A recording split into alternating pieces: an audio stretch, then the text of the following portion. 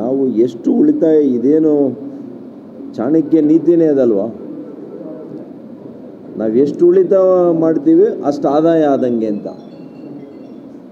ಇದನ್ನು ಮಾನ್ಯ ಮೋದಿಯವರು, ಪ್ರಧಾನಮಂತ್ರಿಗಳು ಅವರ ಅನುಭವದಿಂದ ಹೇಳ್ತಾ ಇದ್ದಾರೆ. ಇವತ್ತು ನೋಡಿ, ಗಗನಕ್ಕೇರಿದೆ ಇವತ್ತು ಬೆಳ್ಳಿ ಬೆಲೆ, ಬಂಗಾರದ ಬೆಲೆ ಅಲ್ವಾ.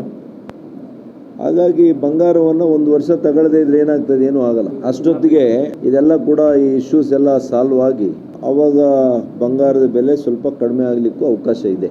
ಅದಕ್ಕೋಸ್ಕರ ಹೇಳಿದ್ದಾರೆ. ಒಟ್ಟಾರೆಯಾಗಿ ನಾವು ನಮ್ಮ ಭಾರತೀಯರು ಹೆಚ್ಚು ನಷ್ಟ ಹೊಂದಬಾರದು.